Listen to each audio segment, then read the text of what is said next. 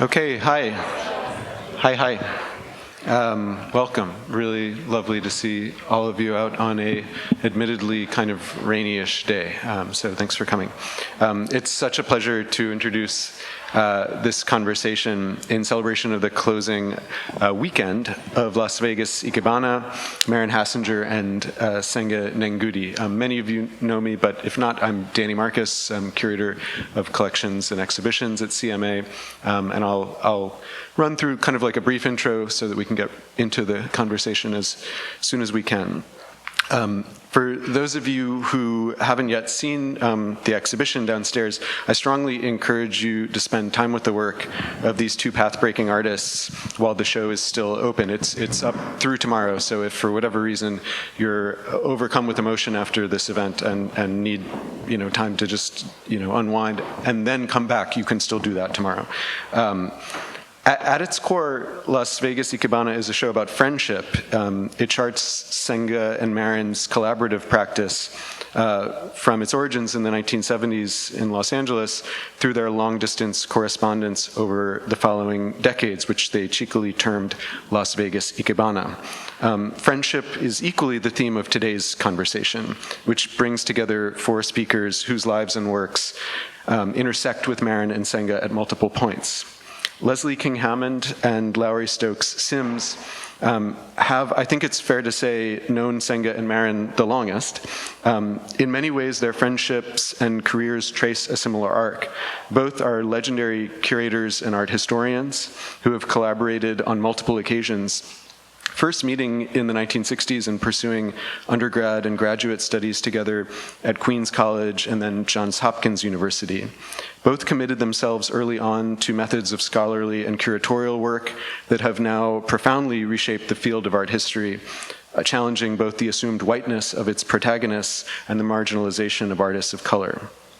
Individually, their accomplishments are legion, way too numerous to mention here in full. Sims has held curatorial and leadership positions at the Metropolitan Museum of Art, the Studio Museum in Harlem, where she was executive director from 2000 to 2007, and the Museum of Arts and Design. She also held academic appointments at Cornell University, Queens College, Hunter College, the Clark Art Institute, NYU, and the Center for Advanced Study in the Visual Arts in Washington, D.C. King-Hammond was the founding director of the Center for Race and Culture at the Maryland Institute College of Art in Baltimore, MICA, where she is also currently graduate dean emeritus. And also, I should mention, where she counted Maren Hassinger as a colleague. Both worked together at MICA for many years. She and Sims have collaborated on several major exhibitions, including Art as a Verb, The Evolving Continuum at MICA, and the Global Africa Project at the Museum of Arts and Design. And I should say that King-Hammond also wrote a beautiful essay for the catalog symphonic poem, our exhibition of Amina Robinson some years ago, and so is no stranger to Columbus or this community. Sims and King-Hammond are joined today by Ohio State's own Sam Aranke, associate professor in the Department of History of Art, and the curator, so that's a period,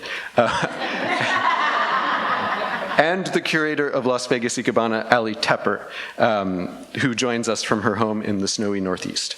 Sam is author most recently of Death's Futurity, The Visual Life of Black Power, published in 2023 by Duke University Press. She, Sims, and King-Hammond all contributed to the exquisite Las Vegas Ikebana exhibition catalog, which Allie edited and authored the introductory essay, and is totally her brainchild and a monumental labor of love. I am very pleased to say that the book, for those of you who have not made the judicious decision to buy it already, is discounted for you for the closing weekend, or at least for today, I know. It's 20% off, and I've been very strongly encouraged to tell you to buy the book. So what are you doing? Buy the book. It's worth it.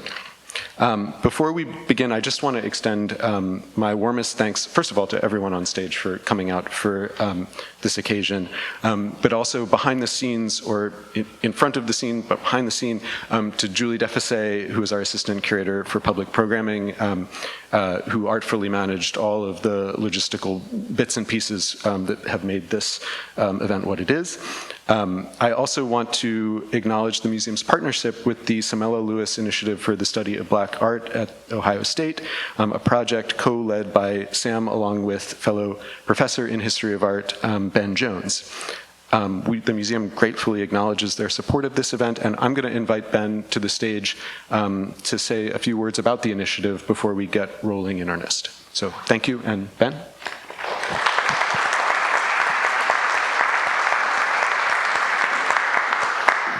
Thanks. Thanks, Danny. I'm going to do my level best to get out of your way as soon as possible so that we can get to the brilliance that we all came here to see. The Samela Lewis initiative was sort of negotiated as part of the hire of both Sam and I being onboarded onto OSU. We managed to squeeze some funding out of Ohio State University, and we're open to other funding from other sources so that we can support events like this, or write-ins, or writing sessions, other things we've done in the past. It is named the Samela Lewis Initiative for the Study of Black Art, in no small part to honor a sort of giant in the tradition of Black history, Black art, but also a figure who's doesn't get enough props here in Ohio. She was the first Black woman to receive a PhD. She was a dual degree, art history and fine art, and she did that here at The Ohio State University.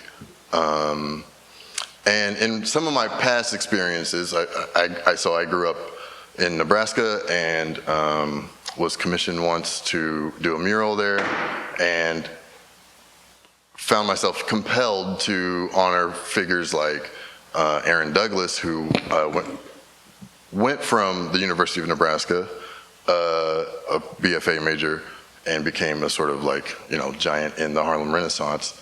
But you could walk all through this state institution and it doesn't pay any homage to one of the most important artists of the 20th century.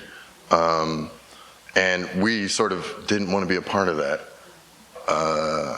being perpetuated here in Ohio. So it's called the Samela Lewis Initiative for the Study of Black Art.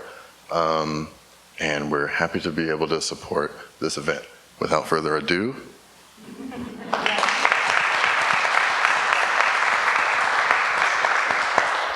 Thank you. And I am also going to do a little intro. Sorry, you guys.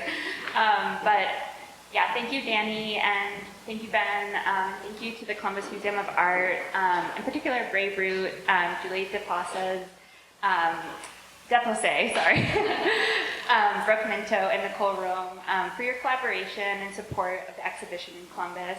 It's honestly been such a thrill to bring the show to your city and to the Pizzuti, so really thank you so much. But yeah, we're here to celebrate the closing weekend and the creative legacies of Maren, Hassinger and Senga and Nengudi. And it's such an honor to be here with Leslie and Lowery, who came in from Baltimore, and Sampada Aranke, who, as Danny mentioned, are key contributors to the catalog, but have also been really thought partners for me and supporters of the research and life of the exhibition from the beginning. So thank you. And before we dive in, I just wanted to say a few words about the impacts of Leslie and Lowery on Senga and Maren and this show. They've really been lodestars in Senga and Maren's lives.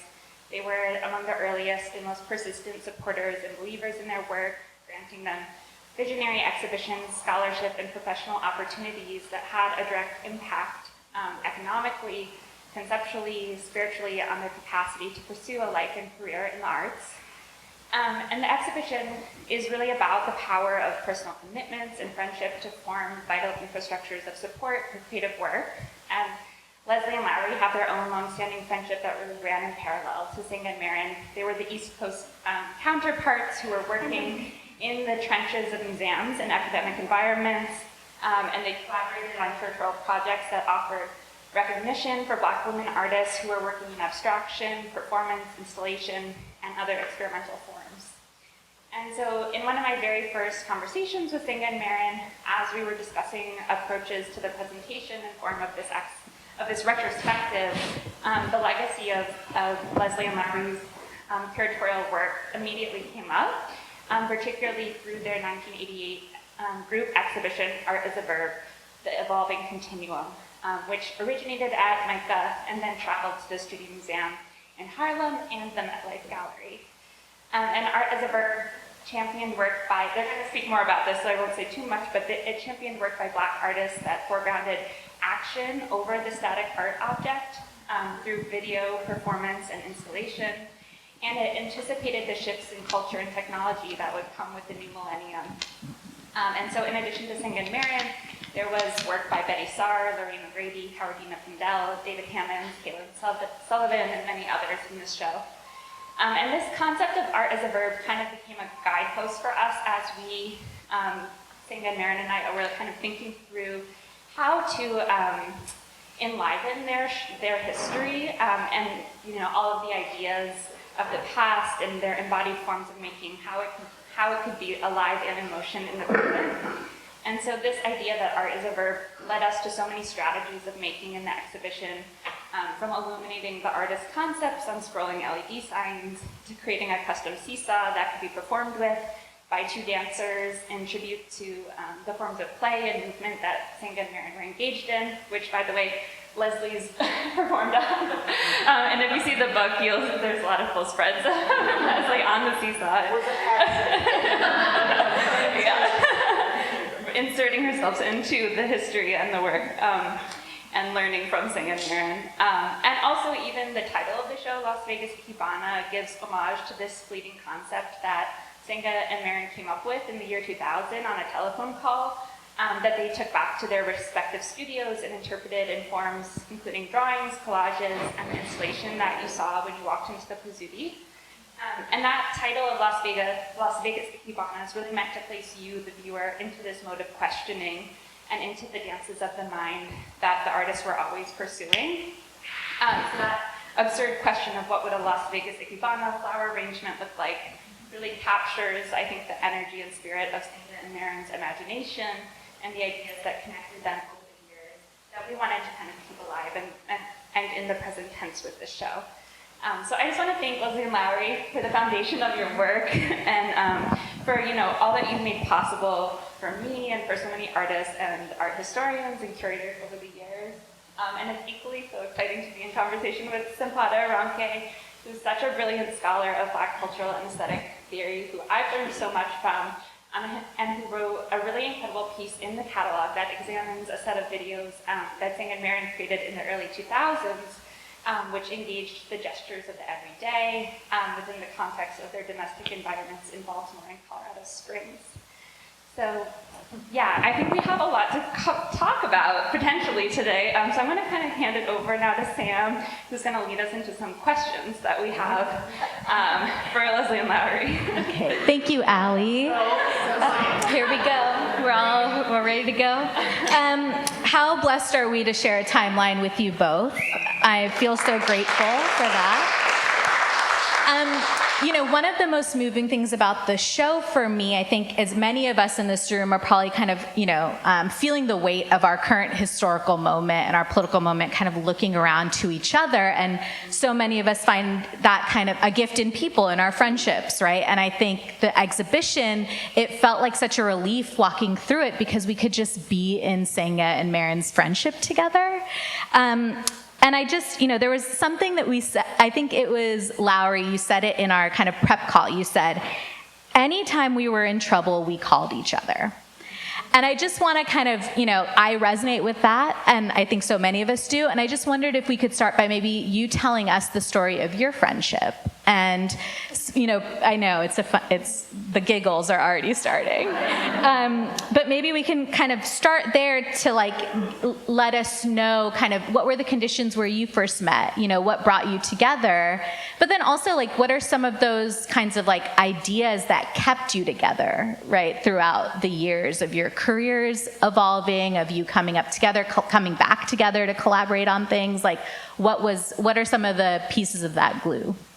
Well, the myth is that we've been friends since Girl Scouts. It's not a myth. It is a there. It is a myth because she's 4 years older than me. So there was no way we could be in the gangster Girl Scout troop at the same time. But we were in the same troop. Same troop, same leader, who is obnoxiously favoring her daughter all the time. Anyway, and in a way that when you grow up in Queens, you kind of know people, in the 50s and 60s, you kind of know people around. And then from my recollection, we sort of really, really connected when you and I ended up at Queens College. And I was taking late courses and you were taking courses at night. Leslie was the only African American in the studio art department, and I was the only African American in the art history department. So Of 35,000 students. yes. So yeah, it was real. So I think that, and it was Leslie who got to Hopkins first for grad school and told me about it because I didn't know where I was going to go to grad school. And so I went down, and just in brief, we can go into details later. I went down for 2 years, and then I sort of broke out in hives one day and sort of said, I can't do this, because I kept meeting all of these people who had gone through grad school working on their doctorate for 10 years. And, my father, who said he was not going to support me much after I was 21, the clock was ticking. So I started looking for jobs, and in an idiotic way, because we are two African American women who had no contacts with the art world, nor the protocols of the art world, I just sent out resumes. And then I put on my best dress and my white gloves, literally, and showed up. I said, hi, my name's Lowery Sims. I sent you, a resume. Now, at most places, the Baltimore Museum, National Gallery, they sort of their jaws dropped, and they wondered, where it was, what was going on. But my ace in the hole was that 2 years previously, when I was still in school, a classmate had introduced me to a man named Philip Yenowin, who was running the high school program at the Metropolitan Museum. So I go for an interview, and he informs me that he loves me, but he wants to hire an artist. So I said, okay, fine, then went back. But fast forward, in the way that museum politics are, and those of you who work in museum know about this, in the 70s, we were doing the first sort of affirmative action, letting other people into museums. And there was an incident in the community programs at the Met where there wasn't a good fit, as they would say. But they knew they had to hire another black person. So my resume was on file. So there I was, convenient, and that starts. So from there, I went on to do this, and Philip Yenowin now resides also in Baltimore. We've been friends for over 50 years, and I always say, I am the success I am because Philip Yenowin did not give me a job. You pick it up. Okay. Yes, we were in Girl Scouts together. In the same borough in New York City, Queens, which was very important because we were the only black troop of senior scouts. Oh, that's true. Yeah. Right, you were senior. And we were hand-selected to be in this troop because we had to have different kinds of skills. It was like a reverse Jack and Jill. And if any of you know about Jack and Jill. Nobody knows about Jack and Jill. Okay. Only the black people know about Jack and Jill. Anyways, excuse us if anybody Jack and Jill is here. It's kind of a bougie group, and so you had to kind of live up to certain standards.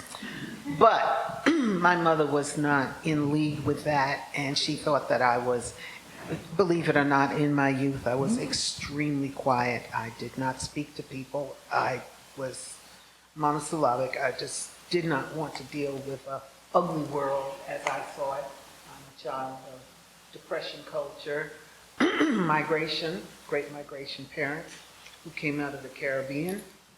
And so looking at the world as I was living in it, I was like slightly pissed.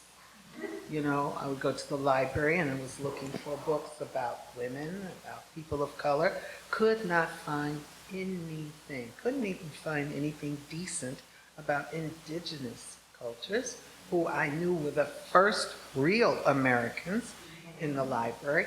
So I would go to the library and I decided, well, I'll just start reading from A. So I started anthropology, and I would go to archaeology, and then I decided I'm gonna be an archaeologist. Well, at that point, my mother thought I was really kind of great. Okay, something is wrong with this child. She's a colored girl in America. She cannot possibly be an archaeologist. So, since Let me interject here that I also had my brief archaeology moment. And my mother essentially said the same thing. Okay? And you should know, fast forward in this story, our mothers eventually became friends and used to talk on the phone poorly about us. Very poorly, because we were non-compliant to any of the aspirations they had for us. Okay? So, here I am in the Girl Scouts, and I'm this child that was selected because I was the artsy-craftsy person. I was the maker. It was my job to teach everybody when they had to have their badges to make stuff. That was my job. But I had this passion, and there was a badge for Girl Scouts for museum. My mother calls up the Museum of Natural History in New York City and says, hello, I have a daughter who's a Girl Scout, and she has to complete the requirements to get a badge so she can show it on her banner, you know, for her completion of these requirements. And so they put her through, you know, 3 or 4 offices, and finally they ended up in the geology department. And she said, hello. She said, I have a daughter, and she's a Girl Scout, and she needs to complete her requirements. And do you have any kind of work that she could possibly do to do this? And so they said, yes, we do. We'd be happy to have her come and work. She says, yes, just 2 things of concern. And they said, what is that? She says, well, she's colored, because back in the day, that was really important. I don't know if you take them or not, okay? And then she says, the next thing is, do not encourage her about anything in museums. Swear to God, swear to God. I go and I work in the afternoons after school, because we were in a school that was WTAPA built for 3,500 students. Excuse me, 2,500 students. In fact, there were 6,500 students enrolled in the school in that borough. So in order for us to be in the school, we had to be on triple sessions. So I would have to get to school like 7:30 in the morning, and I would be out by 1 o'clock. And so after that, I would get on the train and go to the museum. Went to the museum. It was wonderful. My job was to take all of the samples that came in from all over the world, all the gems, the soils, the rocks and everything, shells, and place them in the file drawers that they had. And then I said, well, what do I do with the rest? We don't care, throw it away or take it home. When I started bringing this stuff home, my mother had a cardiac arrest. There was nothing she could do. I was dyed in the wool. It was like, yes, this is my stuff. So, fast forward, because there are lots of other stories and stuff that can go on. I get into, finally, Queens College. And while I'm in Queens College, I meet Lowery. And you have to understand that in the time that we were going to college, girls could not wear pants. We had to wear skirts. So when I got to school at Queens, and I was under a full fellowship, fabulous fellowship, I would have to go into the women's bathroom, change my clothes so I could go into a studio and paint and do ceramics and do all that stuff and get messy. While I'm at Queens College, I'm coming to the end of my studies, and my mother is looking at me about, and you have to understand, the Caribbean family, you are not allowed to sit and do nothing at any time. That is not possible, all right? The devil is, idleness is the devil's workshop. And so you must be productive. So the question always was on the table, well, what are you going to do now when you graduate? I didn't know. Didn't have any money. My mother was a registered nurse in the hospital. My father was a ship fitter in the Brooklyn Navy Yard, and he built battleships and aircraft carriers and submarines. And my mother took care of people. Her passion was the emergency room or cardiac surgery. So, and she worked the graveyard shift, and he worked the day shift, and I was in the middle taking care of two sisters, 10 and 12 years younger than me. So I was like the surrogate mother, and then I had a wild-ass brother, because, back in the day, girls could not be out doing anything but being in the house. Boys could do whatever they wanted to do. So, as I'm at the end, I see a poster on the wall in Queens College, down in the basement where the studios are, and it was a Ford Foundation poster. And so it said, we're giving out scholarships for doctorates. We have 50 scholarships. I said, oh, money, they were going to pay tuition, travel, all this other stuff. So I applied. Got a letter back, because I applied 2 days before the deadline. Got a letter back in a week, and it said, so sorry, we had so many applications. We had 50 awards, and we had something like 760 applications. And so we just ran out of money. I said, fine. So my mother's going, oh God, you missed that one. Now what are you gonna do? So I'm like, I don't know. Well, back in the day again, I started to get special delivery letters from colleges and universities all over the United States. And at that time, in the late 60s, 70s, when you got a special delivery, 1 o'clock, 2 o'clock, 3 o'clock, 4 o'clock, 5 o'clock in the morning, they delivered it. So my mother, all of a sudden now, I have up to now 20 letters from different colleges and universities offering me awards. And my mother thinks I'm brilliant. And I'm like, I don't know what the hell's going on here, okay? So it wasn't until I got a letter from Johns Hopkins University that explained where they got my name. And evidently what had happened was that the Ford Foundation, yes, had run out of money after they hit their 50 quota limit. But then they had another section of individuals that they put together in the different categories to which they were going to allocate awards. And they said to all these universities throughout the country where they sent this letter, if we had had more money, these are the individuals we would give money to, would give scholarships. And I was the only one in the section under art history. And that's how I ended up going to get my doctorate, which freaked my family out completely, okay?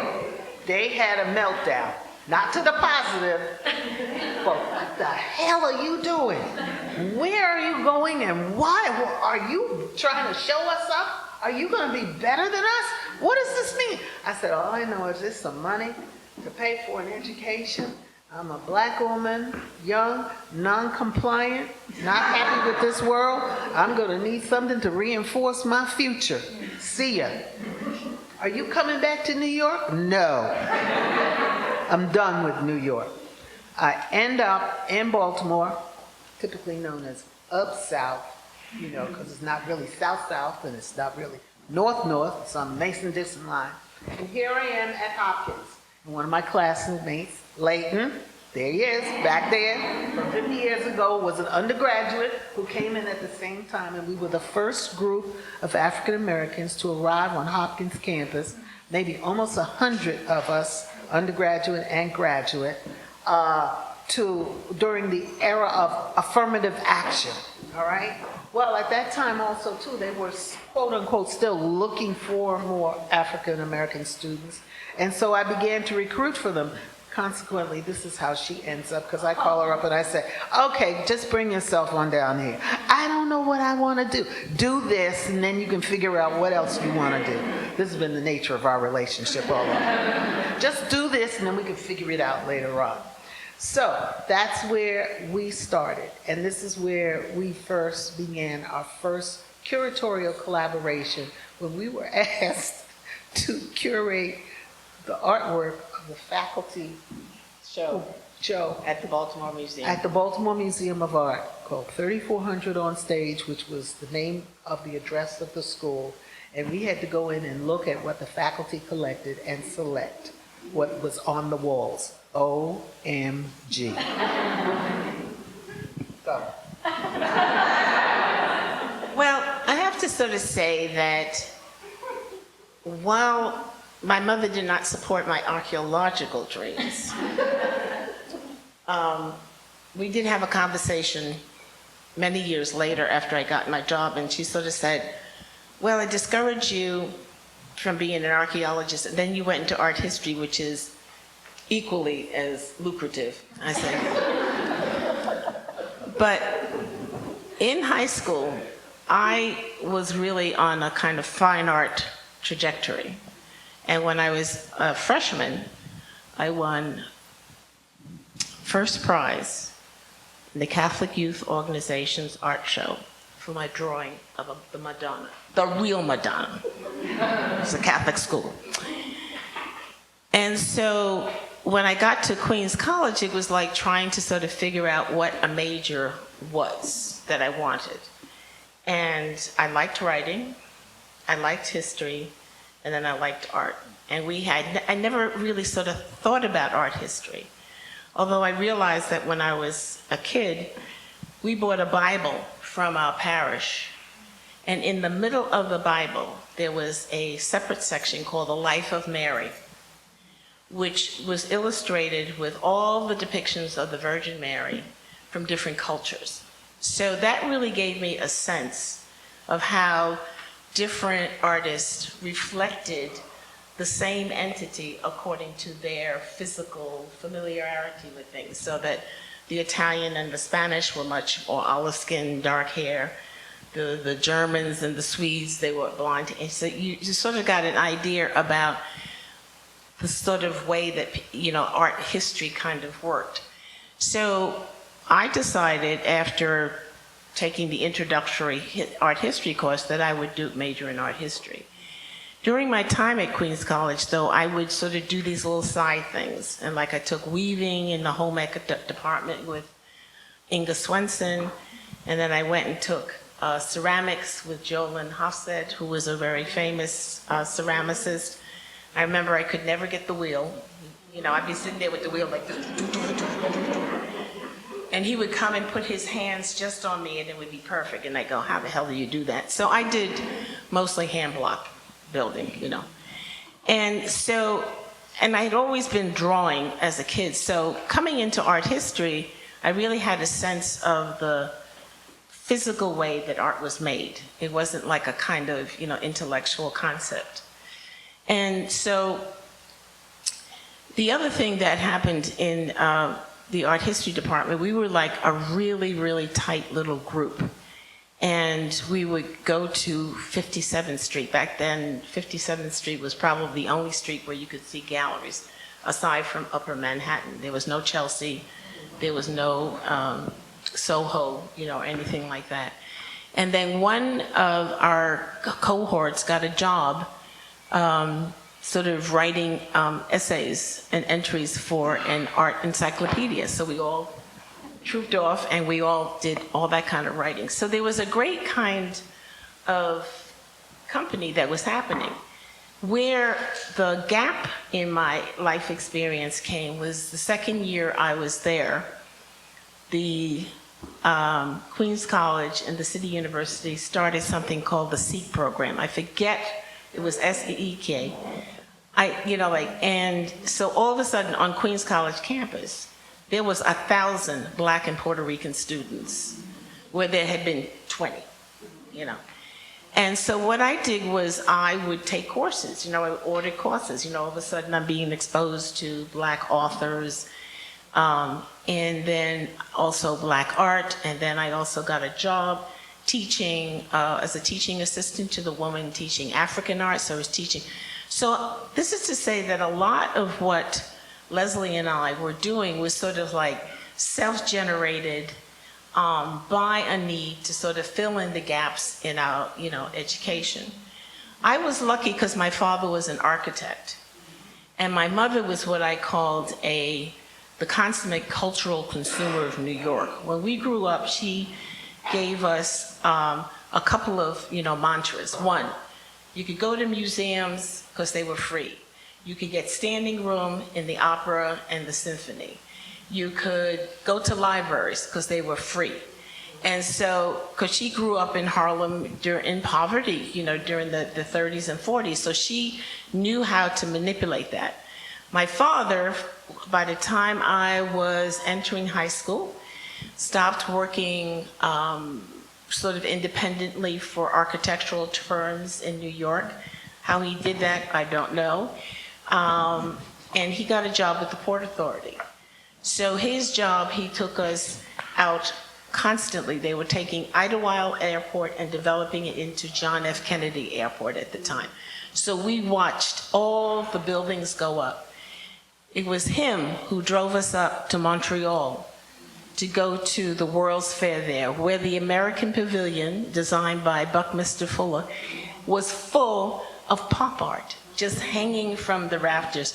So what my parents expected me to do was to, you know, get a degree and get a job, and I sort of like fooled them and sort of say, well, I'll get a PhD eventually and I'll go teach.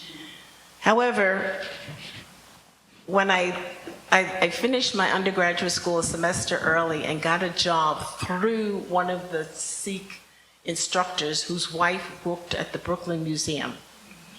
And she was African American also, and Mike Kahn, who was the curator of African art, had gotten a donation of a suitcase full of African art that he designated to go out into the public schools to talk to about African art. Now, I could write a book on that experience. First of all, Catholic school girl, very regimented in school. I walked into a public school for the first time in my life. I thought it was recess, and it wasn't. And then we started doing lectures with these little African art. You know what African art is? It's boobs and dicks. I mean, it's like, you know, it's like, you know, the most basic, you know, like things. And this is 1970, you know, in New York. Even the Black kids couldn't relate that, you know, for them Africa was Tarzan, and, you know, like, so there was this kind of estrangement. And I remember I put up a Galede mask from the Yoruba, and it had broad nose, thick lips, you know, like in all the regalia, and they just were giggling, and I said, well, what's so funny? Oh, they're funny looking. So I put up a picture of a woman from the Sudan, beautiful, dark skin, thin lips, thin nose. And I said, well, is this better? And they stopped.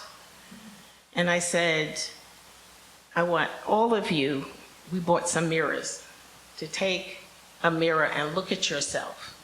And then we put up a slide of young kids in Africa. And I said, how are those kids any different from you? I mean, it was the ignorance even among Black kids was so bad that we sort of, you know, we were talking about things. I mean, they didn't have any idea of how food got to this, you know, like the supermarket. They thought that milk, you know, cartons of milk came out of the cow's udders. I mean, and at some point I sort of said, well, how did Black people get here to the United States? You know, and they all went. The one little boy, they thought, and one boy raised his hand, and he said, by canoe. And I said, did they want to come? And they all said yes. Nobody had, you know, my parents we knew about slavery. We knew about my great-great-grandpa, Simon Sims, who was born in 1828 and was the sort of patriarch of the family, son of the master who gave him the land that became the farm that my family, was, their well-being was based on, that type of thing.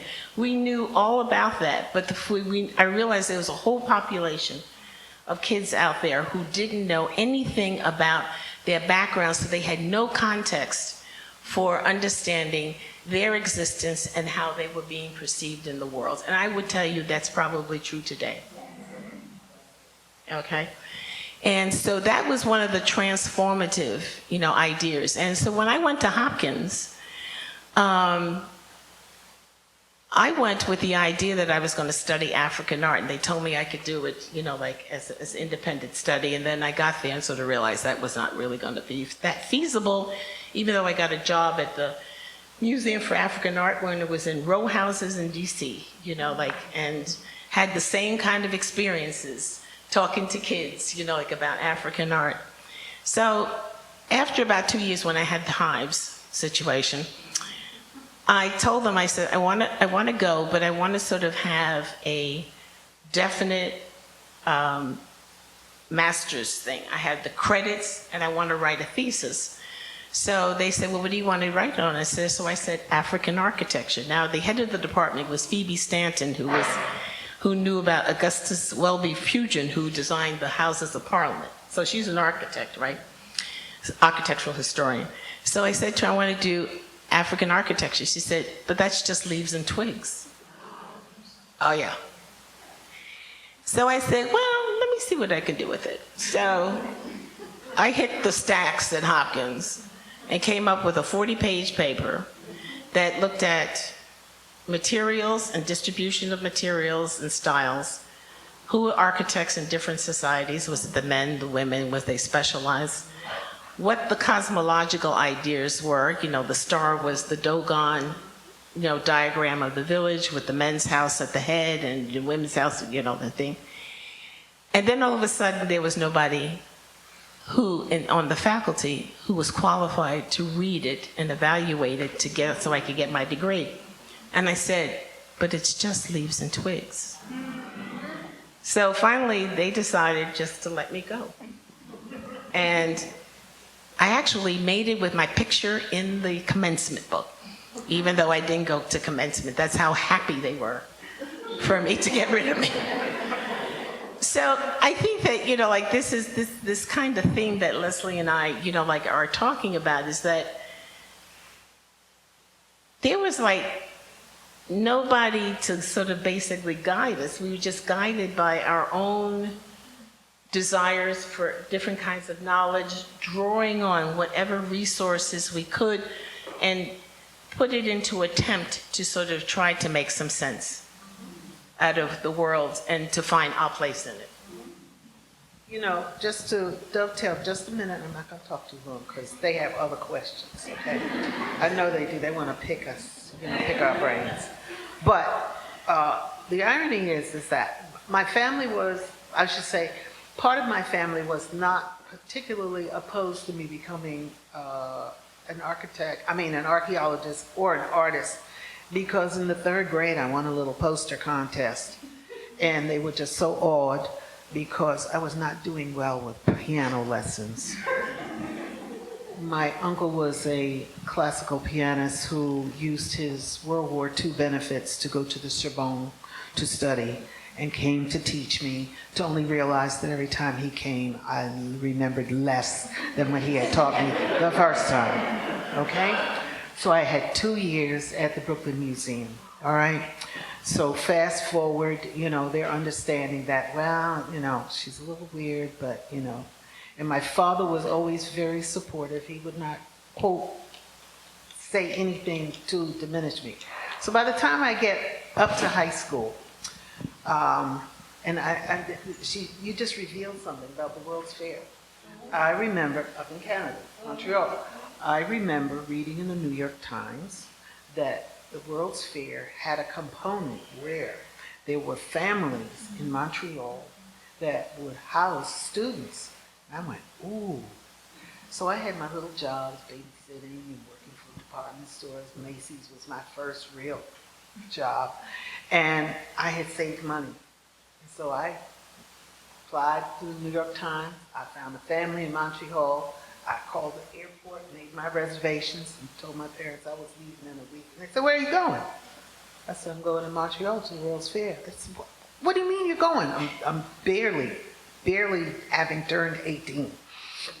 I said, "I'm going." They said, "Why aren't you going with anybody?" "No, I'm not going because all my friends are otherwise concerned or clueless as to why to go to the World's Fair."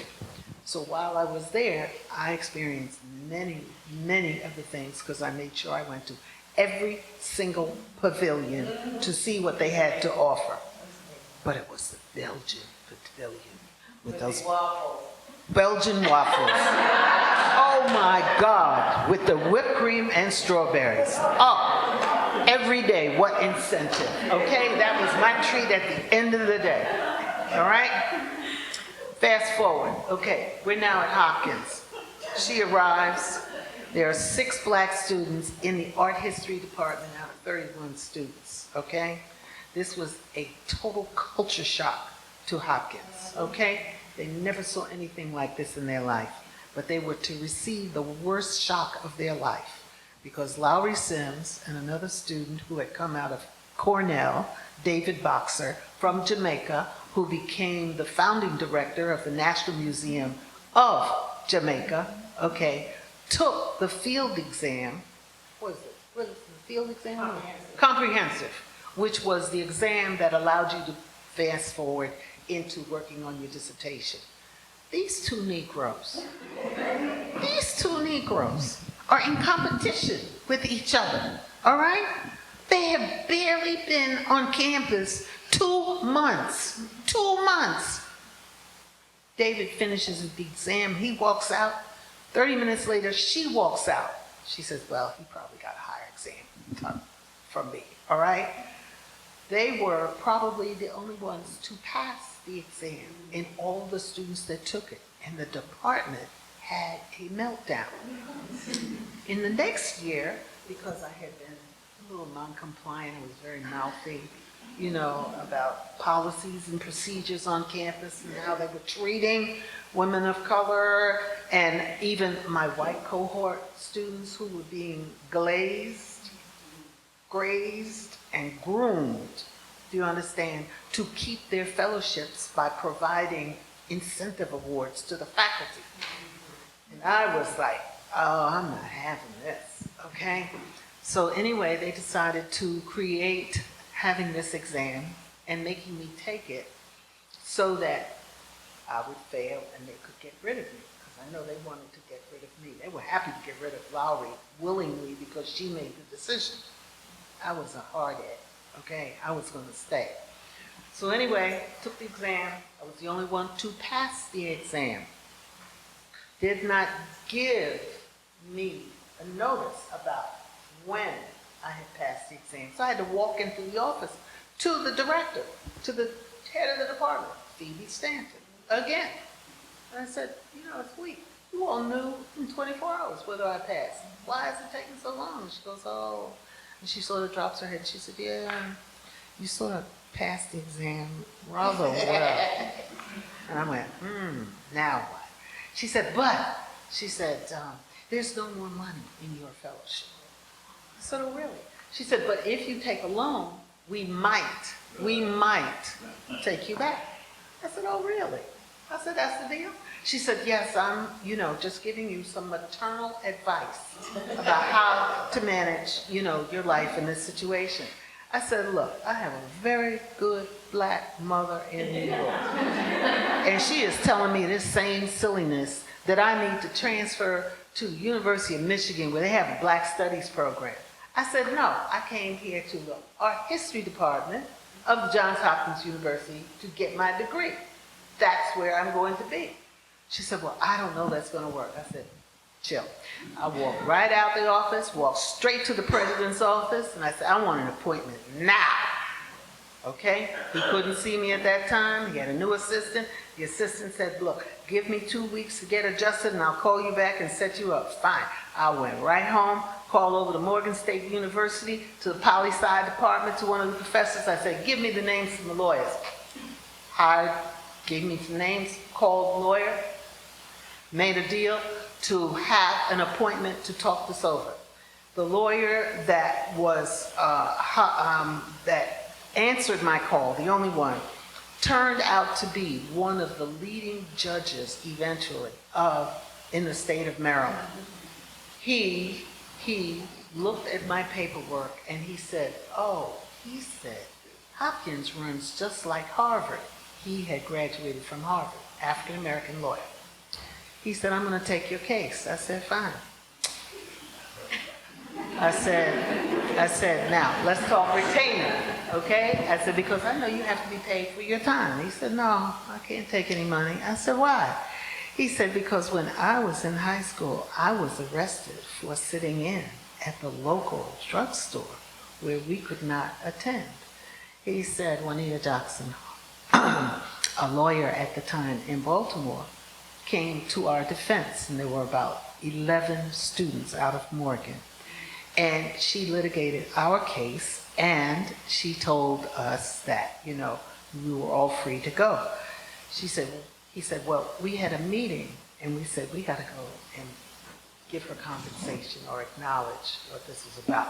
So we went to her office, and we said, Ms. Jackson, we're here because we want to talk about, you know, giving compensation. He said she got up from her desk, walked over to the group, and she said, look, she said, I don't want one single penny from you. She said, I expect for you all to pay this forward. And he looked at me and he said, I am your pay it forward. I cannot take money from you. Long story short, the new president at the time, a Rhodes Scholar, took over my case, gave me an apology,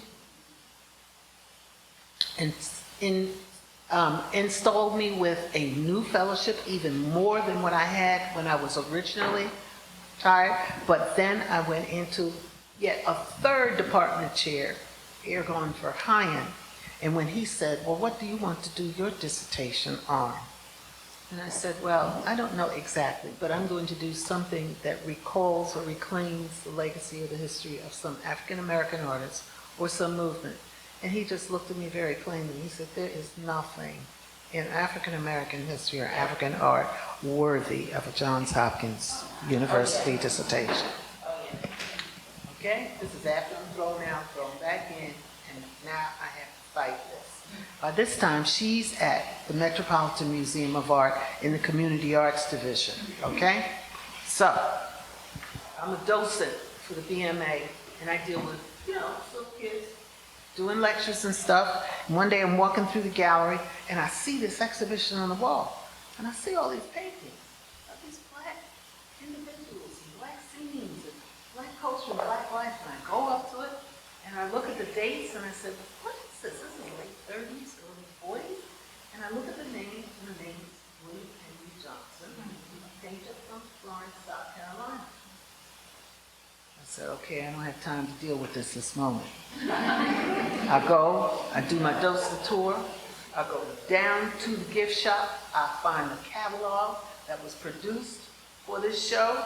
I realized that the person who had put this together, her name was Adeline Breeskin, who had been the director of the Baltimore Museum of Art, the first female director for 27 years, okay, was now curator emerita at the National Museum of American Art, which is what it was called at the time. Now it's called Senga.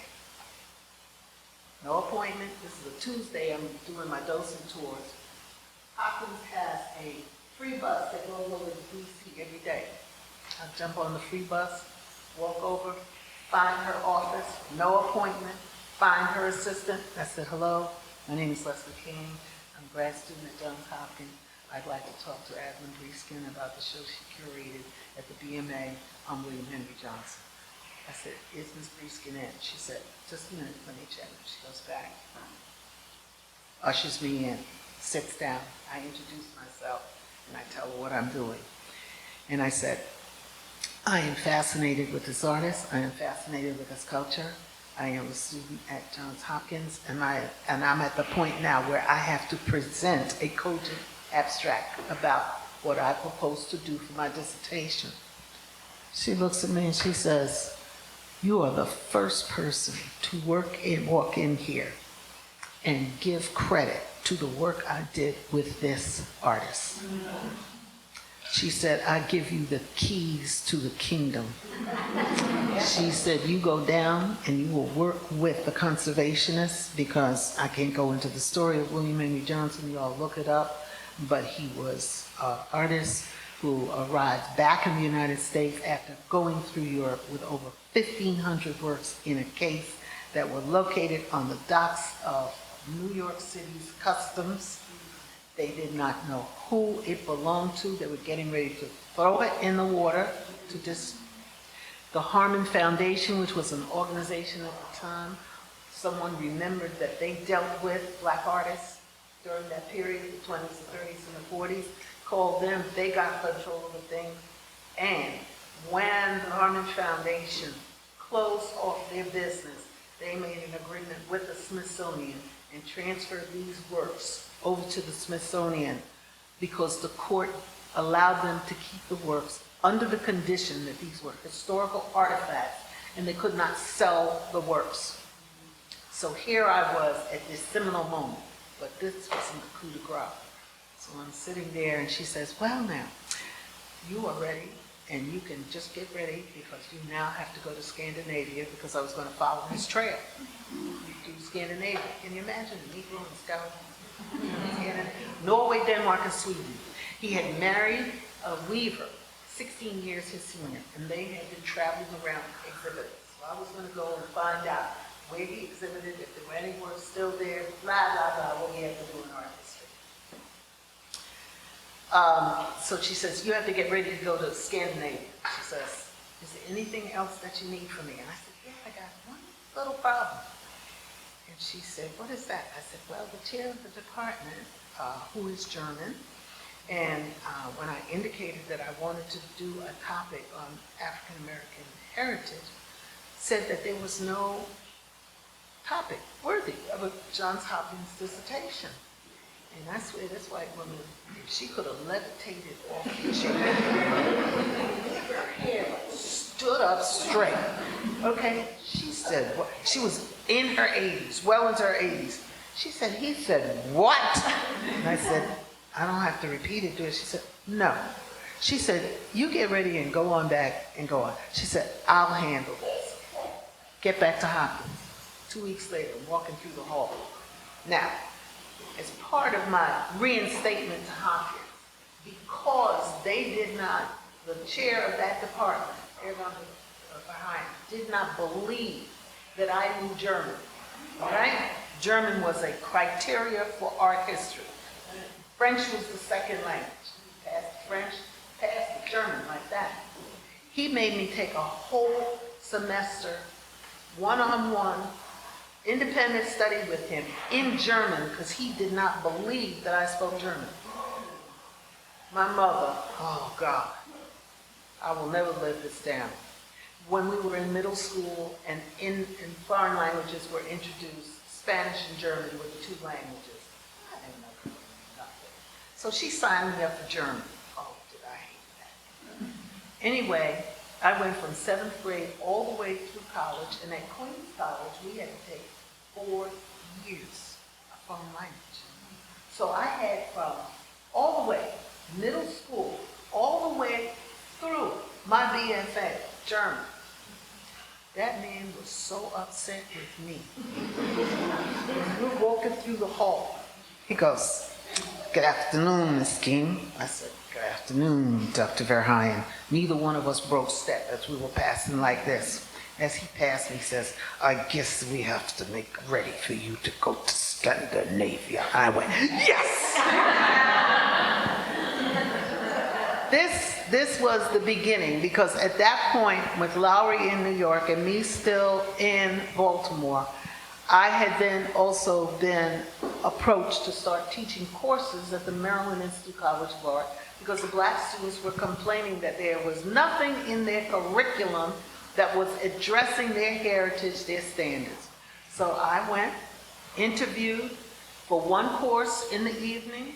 The day school students found out that I was teaching this course.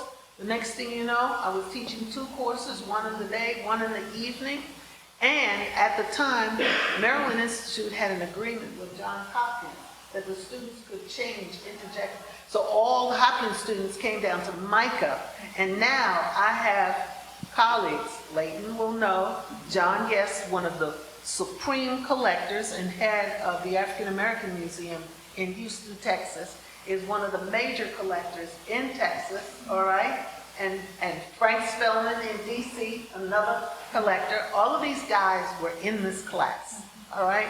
So this is beginnings of how Lowery and I began to talk. Now, she was at an institution, museum. I was in academia, and she was the only black curator for 27 years. 27 years in 20th century art at the Met.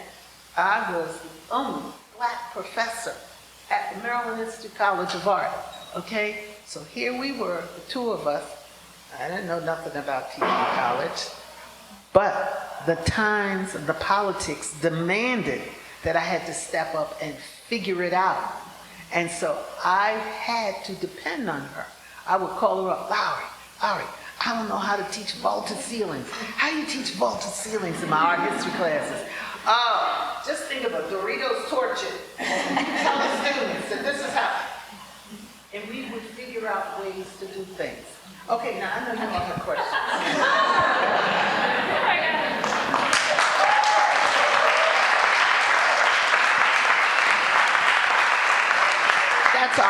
That was our origin story. That's our origin story.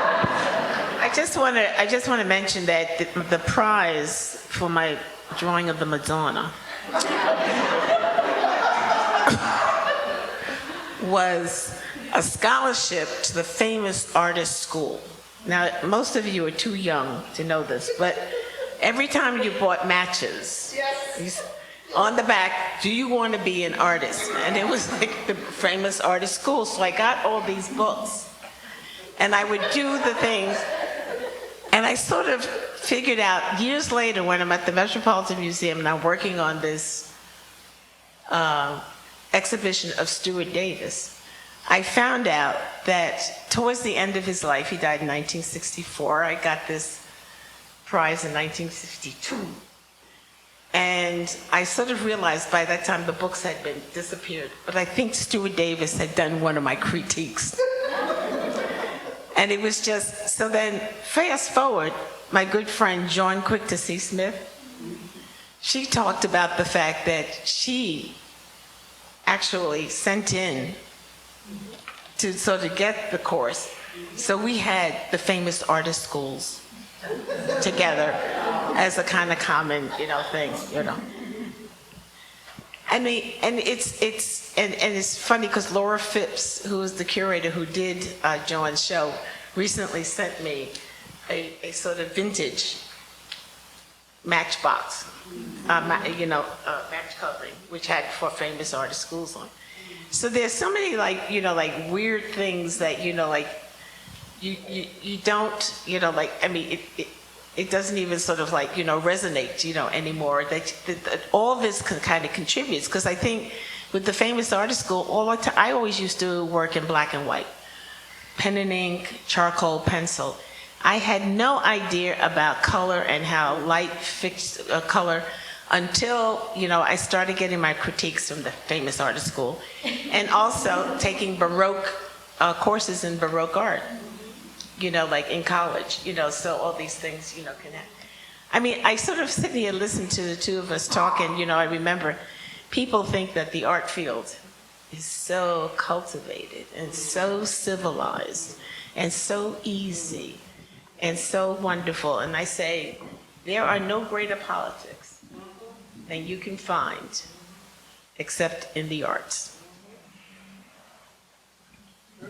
All right, ask you a question. I forgot it was my job for a second. I was with you. I actually wanted to, I want to just say for the grad students in the room, okay, the struggle is generational.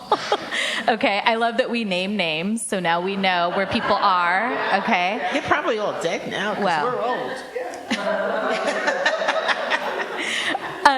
But I think like I have two kind of things. One is that like the way that the institutional and social and political environment that you were in created these circumstances where you constantly had to pivot and improvise and look to each other. And so I'm kind of curious about what it meant as you both started kind of becoming, you were the ones in these institutions at MICA, at the Met, right? Like how you were lifting as you climbed. So I'm thinking a lot about Art as a Verb, which was such a kind of foundational show for me as I was like learning about Black American art history, and the work that you did there it seemed to me just like so, it emphasized lifting as you climb, right? It emphasized also this kind of idea that like Black art looks so many different ways and it's doing so many different things. And so I'm just kind of curious about that show. I mean, Allie and I both talk about that show a lot. It was so important to us and so many people in the room, and how the kind of seeds of that show came up for you in conversation, and how, then from there, how you kind of wove in Senga and Maren and so many of the artists that we see in the show downstairs. So maybe you could tell us a little bit about that project. Yeah, I think that, Leslie and I have done things in tandem, but come at it from different points of view. For me, the introduction was through being at the Metropolitan Museum in the 70s and the 80s. Everybody's getting pluralistic, but they don't know where to find that pluralism. And so I would get calls. I once joked in an interview that, they call me up and they want to find out, do I know a Serbo-Croatian or hermaphroditic artist they can include in their show? And they kept asking for Black women painters or something. And, in your peregrinations through the art world, I mean, you're doing studio visits, you're having conversations. I was getting to know Leslie in the Baltimore scene, particularly Joyce Scott, and people like that. You begin to sort of realize that, as part of a larger movement, which characterized the feminist movement, women were moving away from painting and sculpture and the graphic arts in the traditional sense, looking for forms of art that really express their inherent experiences. So I began to understand that there was particularly a group of Black women artists who were moving into this, arena. And I started putting together some material that was published as an essay in a feminist anthology put together by Arlene Raven, Cassandra Langa, and Joanne Fruit. And I remember Donald Cuthbert, who's like very strict formalist, well-known, influential critic, was like sort of like the overseer on the series.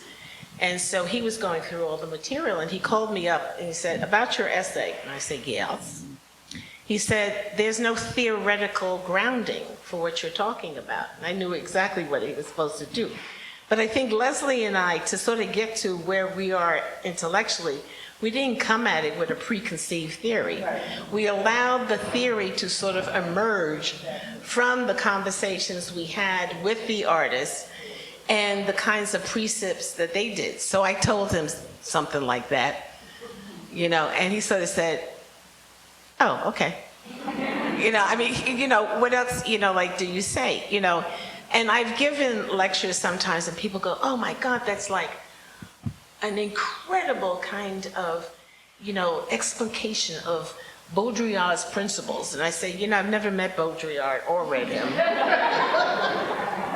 And it just got to be useless. I mean, we had a group that came together informally, meeting in the Met Stacks, trying to read Jacques Lacan, and we'd sort of like struggle through the signifiers and the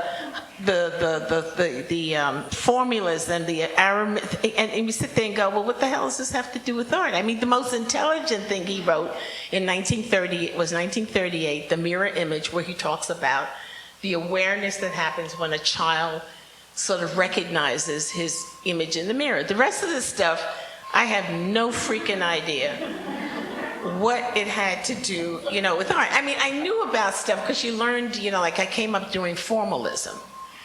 And so, you knew what you were supposed to think, and stuff. And certainly, we were involved in sort of coming together to sort of discuss precepts that have to do with identity politics and things like that. But we always followed the voice of the artist. We never, ever, sort of came at it with a preconceived idea of where it guns, because that sort of truncates your possibilities of finding the whole broad spectrum of what a phenomenon in the art world or in life is all about. Art as a verb was almost the greatest anomaly that occurred in our lives at that particular time, because Lowery and I were in a very formative point in shaping who and what we were trying to do in the art world. First of all, we had job responsibilities that came with descriptions. She was in a museum, I was in academia. Before I knew it, after I had these adjunct positions, I was appointed the dean of the graduate school. When I was appointed at the faculty meeting at the end of the year, and understanding that probably at least 3/4 of the faculty had also applied for this job, and no one had heard any notice about what happened in terms of the selection. The president and I walked into the meeting and said, "Oh, I'm so glad you're here. I have something to share with you." Oh, okay. So I sit down, and as he finishes the meeting, he said, "Oh, and in regards to the position of the Dean of Graduate Studies," he says, "I would like to announce that I have appointed Dr. Leslie King-Hammond." The whole audience screams, literally screams. And all of a sudden, there was one voice that said, "Fuck!" All right? I said, "Oh, this is a wonderful way to start." My welcome party. Okay. Fast forward into my foray into becoming a graduate dean, which is again another whole story, because I am also working with people like Grace Carnigan, second generation ADEX artist, who was the voice of domination, all right, at the time, as well as all of the other artists like Salvatore Scapita and all of the machismo that came with that, all right? We put that aside. So after senior staff meeting one day, the president says to me, I'm getting really pissed going out on the road doing what presidents are supposed to be doing, which is raising money and talking to other presidents of other schools of patrons. He says, because every time I go someplace, you've curated a show. So I said, well, I don't understand what the problem is. He said, well, how come we don't have a show here? And I said, nobody ever invited me or showed any interest to me to do a show. He said, well, I want a show. I went, called Lowery that night and said, Lowery, we got a show. And I said, and it's not going to be black, red, or green, which were the colors black revolution. I said, oh no, we are not going there. Consequently, that's how Artists of Verb was born. The interesting thing about that show was, as we identified the artists that we wanted to have in this show, we took 13 artists, of which 11 were women, who we felt were at the front of the curve at that point in history, at that time and period, and working with all the materials and modalities. And as we went to them, we said, look, we want you to do the X, Y, and Z. We want you to do this, which is work that we had seen, we had been present, we saw the performances, whatever. And last one of them was, no, we're not doing that. We went, okay, we apply every foundation, National Endowment, Maryland State Arts Council, you name it, even MetLife Foundation, okay, with a checklist that had no works that were going to be in the show. Not one. We got funded to the dollar of every award. Part of it was that we linked the show to the use of students who would be assigned to every artist to be their assistant, because they were performance artists, they were installation artists, they were conceptual artists, and we had all of these unpredictables that we had to be in preparatory process to address the needs. I mean, things like Adrian Piper came down one summer to look at the space and where her piece would be. And then she gave me this envelope. And I said, yes. She said, I want you to take this and take it home and put it in the refrigerator. I want you to put it in the refrigerator. And I said, she said, these are my essence. Okay. I didn't want to know which essence. Then she called me up and she said, Kaylin Sullivan wants 100 pounds of cornmeal. And I said, well, I guess you got to buy Kaylin Sullivan 100 pounds of cornmeal. What do you want from me? But tell them about the live rooster. Wait. Senga calls me up and says, I need newspaper. What do you need newspaper? Just start collecting newspaper, because mine is going to be about newspaper. Okay, fine. Maren comes in. Maren is pregnant. Yeah, right. Okay? She can't go up on the ladder. She wants to do a ceiling piece. Okay? She's going to bring wire all over the place, but Maren can't go up on the ladder. Okay? And then she wants branches. Like, you see how she wants these branches. I'm going, what the hell? I'm going around and what the hell am I there? Now I have to say, Leslie bore the brunt of this because I'm safely in my office at the Met. So I was just sort of trying to be sympathetic, but very firm that whatever they wanted, you got to give it. You know. Okay, so one artist, and I'm going around, I'm finding all the materials, okay? Each and every one of them more bizarre than the next one, okay? One artist wants to say, I need ceramics, and we're going to break them up. We need to break. So I got my two sons, I got my partner. That Martha Jackson Jarvis. Martha Jackson Jarvis, and the boys are having a great time. And they're banging us. Fine. Okay. Charles Abramson was a veteran from Vietnam at the time. Unfortunately, one of those victims, Agent Orange. And he had been trying to call me and talk to me, and we were missing each other until I got the notice that he had passed away. I was like, absolutely, I can't take any more of this, okay? So anyway, one of his, Jorge Rodriguez, who was artist in residence with David Hammond and Charles Abramson at the Studio Museum in Harlem. Jorge was going to come down and do Charles' installation. Fine. Jorge finishes the installation, gorgeous, and his has to do with, at that particular time, Xerox machines were coming to support. And so there were images that they were using. Charles Abramson was a separator. So this was a very spiritual exhibition. Jorge comes to me. My face like this. So what is it doing? Thusly? Yes, sir. He says, now, you need a live white chicken.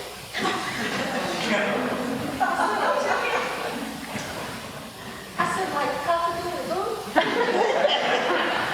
said, yes. He says, and it has to be white. I said, well, how about, trying to fast forward in my brain, I said, okay, how about I find a chicken, and then I can do a video of it, and then I can put it on a thing, and then I can put it in a cage in the middle of the, a wild, live, white chicken. Fine. I start calling up veterinarians, pet stores,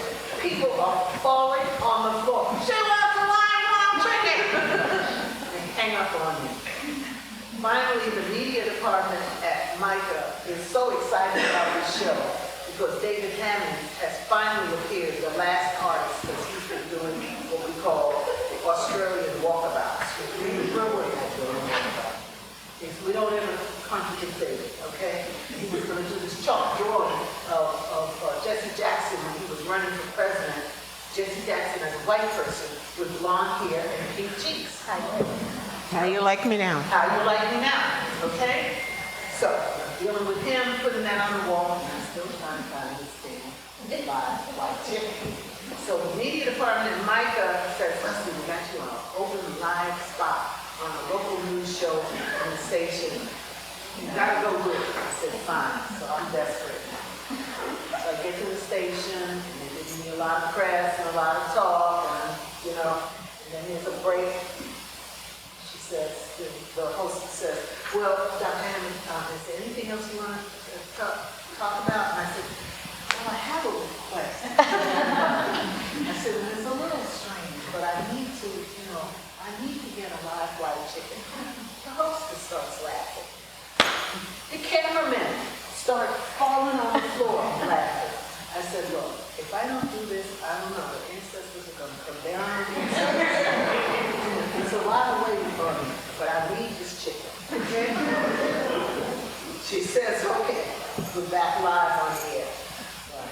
Go on, and I said, yes, I would like to make a request of the audience listening. I said, I need a live white chicken. I will rent the chicken. I will buy the chicken. I won't kill the chicken. It won't be sacrificed. I'll be kind to the chicken. I'll give the chicken a good home for 24 hours. I will give the chicken back. Okay? The hostess tears are literally rolling down her face. The cameramen are down on their knees, barely able to keep focus on me. They end the show. I walk out of the studio and I said, none of you are to be trusted ever again. I walk out into the lobby of the radio station and the receptionist at the desk screams, who is for a live white chicken? The switchboard is lit up like crazy. As I walk out the door, I said, tell them to call the switchboard of the Maryland Institute College of Art. Gave them the number, walk through the door. Get to the Maryland Institute. I'm walking up to the building. As I walk up to the building where my office is, a whole bunch of white men, my colleagues, okay, standing at the front door, okay, waiting. And I walk in, and they looked at me, one of them said, oh, you need a live white pop. Okay. You could have asked us. And I said, I'm going to get all of you are going to pay for this, okay? And then one little quiet administrative assistant comes up to me and pats me on the shoulder. She says, I live on a farm and I have a rooster named Rudy and you can have him. So when we did the video, and we do have a video of the whole thing, okay, Lowery comes, the first time she's on site to do it, All right? She shows up when Rudy's there performing, okay? And on the video, he starts cock-a-doodle-doodling and screaming in the video. She goes, thank you very much, Rudy. And she goes right on with her narrative. But we got the most incredible response from the community from that exhibition. When it got to New York, we got censored. David Hammond's was censored for his blonde Jesse Jackson. Joyce Scott was censored for her birthing chairs, where there were white beaded women in a chair giving birth to black babies. And Adrienne and her essence was also on the list. No. All right. That exhibition was pivotal for us in our career and for those artists, because the other thing that was happening to Lowery and I at the time is that we were getting a lot of flack and getting beat down a lot for supporting these artists. They didn't understand Senga, they didn't understand Maren, they didn't understand what Betty Saar was doing with her Mojo Tech, they didn't understand Faith Ringgold when she was doing painted quilts. They did not understand Lorraine O'Grady with her photographs and her performative pieces. Nobody understood this because the idea was, and if you think back, if you know anything about jazz, when jazz began to emerge, they demonized those musicians also as bastardized music that came from the devil. All right? And so I was already aware of that. I was aware of that when gospel came about, and they demonized that. So I said, well, here we are in another motion, but these artists, because I remember when I first met Joyce Scott, I said, Lowery, you got to get down here because I met this wild black woman who's doing refined objects and beads, little tiny beads, the most incredible work. And now she's doing these performances called the Thunder Thigh Review, which were big black women, do you understand, dressed up vaudeville style, talking about the hassles that they get for their bigness. Do you understand? Fat shaming. And so Lowery came down, and that's how we came up. So when I called her and said, hey, we got a show, Lowery would usually call me up in what Joyce Scott would say, Black Hysterical Month, you know, February. Lowery would say, well, what do your white people want you to do?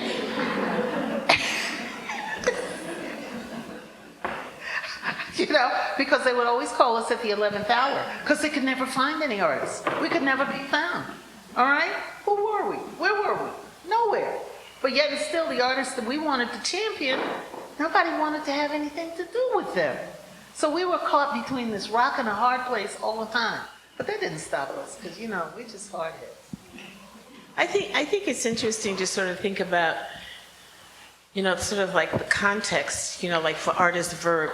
The title Artist of Verb I stole from Herbert Cole, who's a well-known African art historian, because of my work on black performance artists. When the Birmingham had a museum, had a show of African art that Cole titled Art as a Verb, they invited me to sort of talk about the performance aspect, because this is a moment when Henry Drull, his first wife Margaret Drull, Herbert Cole, when African art was moving away from looking at African objects as static objects and taking the ideas of Robert Ferris Thompson, who wrote a book on African art in motion, and sort of really talking about the performative aspects of it. So we stole Herbert Cole's title, you know, for us. And then there was like Betty Sarr, who was doing altarpieces and sort of like evoking Mojo, and did a huge installation called Mojo Tech, in which she included, you know, I mean, this is like in the 80s. I mean, this was like really radical stuff. And now, I mean, you know, what's a few, you know, computer chipboards among friends, you know. But she included all this stuff together to sort of really talk about, you know, a kind of, you know, Afrofuturism, if you want to sort of, you know, like sort of talk about that. So I think that we were sort of taking all of this information in, and I think that primed us to sort of be responsive to what these artists are doing. In the middle of all this, Joe Jacobs did a show called Since the Harlem Renaissance at Bucknell, and it was shown at State University, Pennsylvania. And I remember Richard Mayhew arrived at the Met, and he says, you're going to get an invitation to sort of participate in a conference, and you have to come. I didn't even know where State University, Pennsylvania was. I thought it was Philadelphia, and then I found myself going to Philadelphia, and the next thing I was on a plane going somewhere. And so I was on a panel with Benny Andrews, and I can't remember who the third person was for the life of me. And we were the contemporary art panel, so of course we were last. So of course we never have enough time when you're the last panel. So all I could do was sort of really show the images. And I was kind of encouraged because Joyce Scott had driven up from Baltimore with Oletha Devane and was in the audience. Well, I mean, talk about, you know, like being sort of crucified on the cross. Betty, Elizabeth Catlett, Romare Bearden, Ernie Kitchlow were the sort of luminaries there. They yelled at me for ruining African American art because this was not commodity-driven art practice. This was ephemera. And for them, you know, the most important thing was to produce an object that could be shown in a museum. However, the young female art students at State University thanked me because they were having trouble getting through to their professors about this new type of arena that they wanted to go into. So, you know, we had, you know, like these wonderful contexts, and when you sort of think about, you know, you think back on it, it's not like it just came from us alone. There was so much going on around us, and we were associating. I mean, Henry Druhl was a long time, you know, colleague. Betty Starr, you know, I'd known, you know, since the 70s. We always used to go shopping together, you know, every time with Betty. And so the thing of it is that, you know, like we were just lucky enough we could put together, you know, and synthesize, you know, like something that was really floating in the air, and then we could give it a name and a kind of context. We're getting. One of the things that has to be brought up, there was also a time where, you know, that Black artists found difficulty being in galleries and museums. There was also, I know. There was also a time when materials and materiality and material culture was starting to take a new kind of precedence in the art world. Yeah, And so feminism had a lot to do with it. Yeah. was surging at the moment. So we had all of these things coming about. And when she was laughing at me, finding corny and all of this stuff, this was the beginning of a phase where artists were looking at materials and resources, easily accessible. What Yeah. you make from the now? Yeah, David Hammers in his hair. And his hair. From the and his barber bones, shop, chicken the bones, bones. and paper bags. Do you understand? And this was, God forbid, the snowballs, okay? All of these things pushed against the standards and the norms that people thought would consecrate them and give them place in the art world. And we were giving credibility, agency, recognition, acknowledgement to these materials, which were fundamental to the historical experiences of being Black in this country as being involuntary immigrants to understand, to this nation. So that's good. No, all good, all good.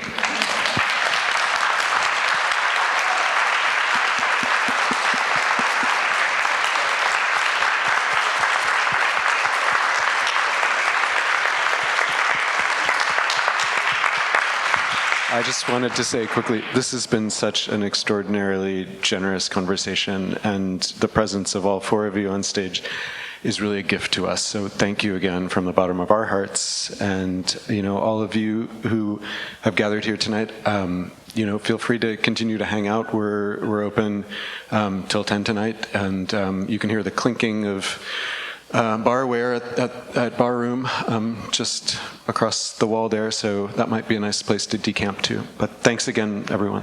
Cheers.